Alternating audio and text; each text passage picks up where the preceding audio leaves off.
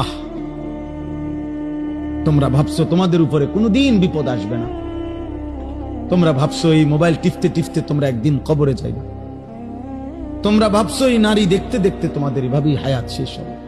কে তোমাদের বাবা, কে তোমাদের মা, কে তোমাদের আল্লাহ, কে তোমাদের নবী, কে তোমাদের ধর্ম, কি তোমাদের কিতাব, কিছুই জানো না।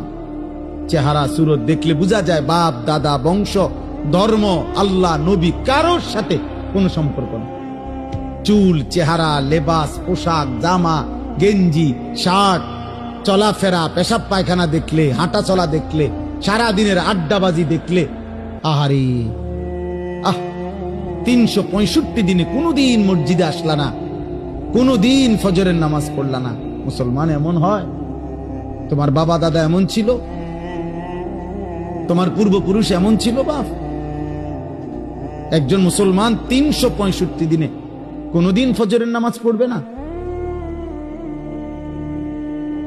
হ্যাঁ, 16 বছরে 20 বছরে কোনদিন মনে পড়লো না যে আমার নবী সাল্লাল্লাহু আলাইহি ওয়াসাল্লামের চুল মুবারক কেমন ছিল?